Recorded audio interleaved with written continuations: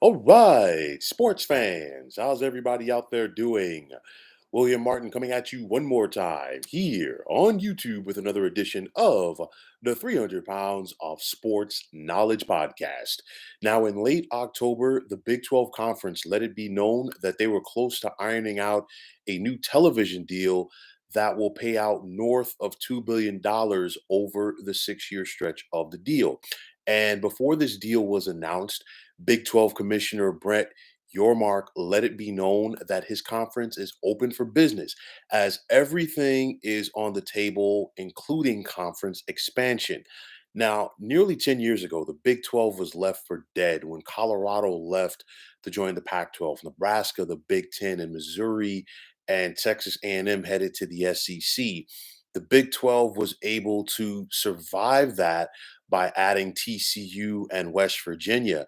And following the announcement about a year and a half ago of Texas and Oklahoma preparing to leave the Big 12 for the SEC, the conference was once again on the ropes, only to ensure its survival by being able to add UCF, Houston, and Cincinnati from the American Athletic Conference, and then, of course, the independent BYU. Now, following the announcement of Texas and Oklahoma leaving, there was a rumor of a possible merger between the Big 12 and Pac 12, which never amounted to anything. But just as the Pac 12 once appeared to be the conference that was on solid ground, they are now reeling following the announcement over the summer of UCLA and USC preparing to leave for the Big Ten. Now, the Pac 12 recently began talking about a new television deal with ESPN, but they were not pleased with the number that the network offered them, which was to be expected as the Pac 12 no longer has the Los Angeles market as their ace in the hole. And as the Pac 12 cannot afford to lose schools such as Oregon or Washington, will Conference Commissioner George Kliavkoff be able to pull something out of his hat?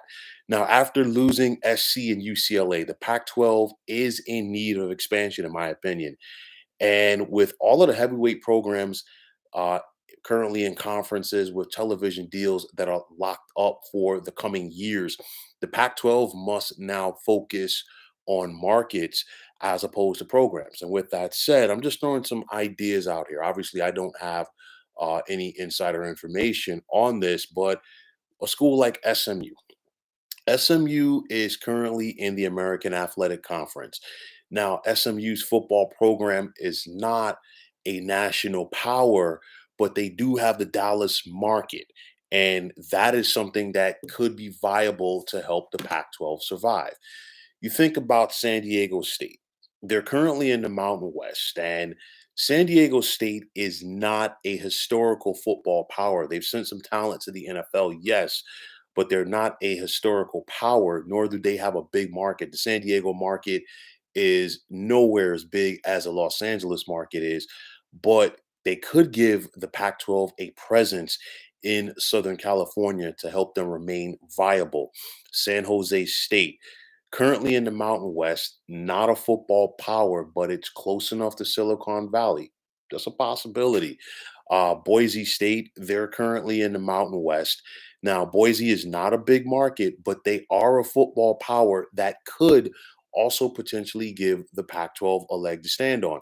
And I say all of this, and of course, these are just my personal opinions, but at the end of the day, the pressure's on the Pac 12 because all of the other big conferences have secured lucrative television deals that are going to keep them going for the years to come.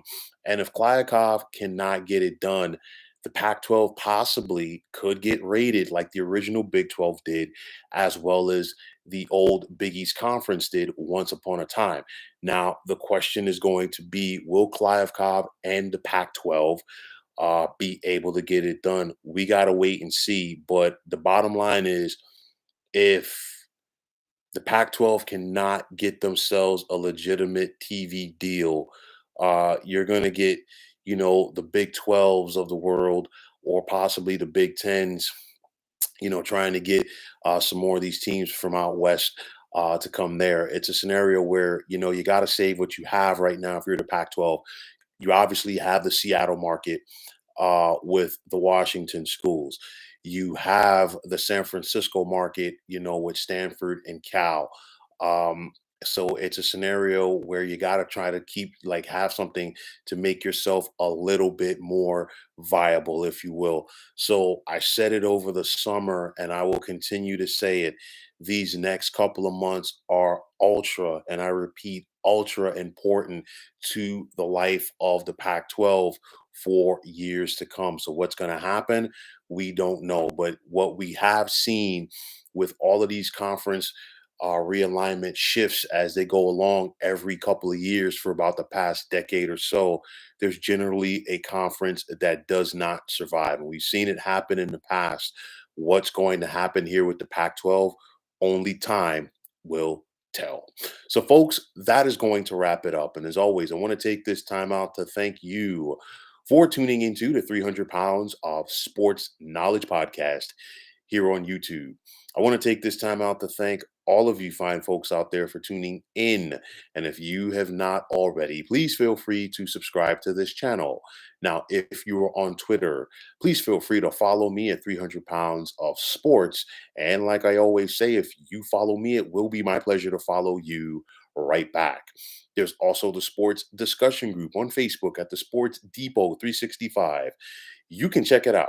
Drop a line and be a part of one of the better sports debating sites going on social media. So, once again, fine folks, my name is William Martin.